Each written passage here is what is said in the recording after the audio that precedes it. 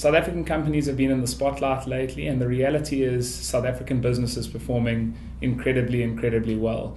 In terms of the sophistication of our private sector, South Africa ranks 34th alongside countries like Israel and Chile. In terms of the quality of professional management, South Africa ranks 13th alongside countries like Denmark and Canada. Our financial management is ranked first in the world, and the reality is South African companies can go toe-to-toe with any of their global counterparts, and they perform incredibly well.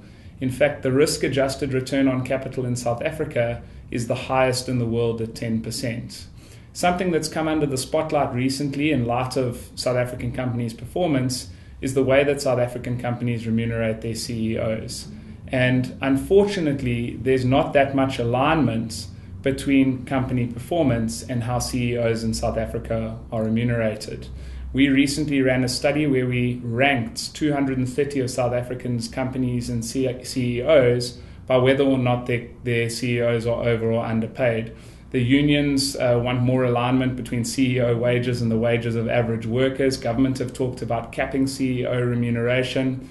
But the real fundamental basis for CEO pay should be the returns that they deliver to their shareholders. And if we evaluate South African CEOs by whether or not they delivered returns to their shareholders, we can rank them by most overpaid and all the way down to most underpaid CEO.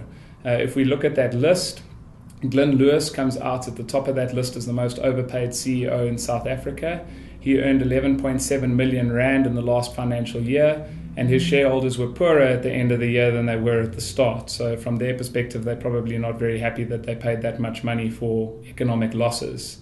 By contrast, Richard Friedland of Netcare was South Africa's most underpaid CEO.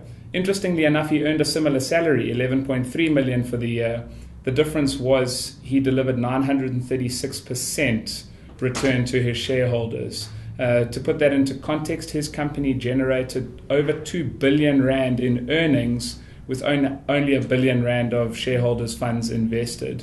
You'd be a lot happier to pay him. In fact, if we looked at his salary in terms of what realistic, he should have been paid closer to 300 million rand, making him the most underpaid CEO in South Africa.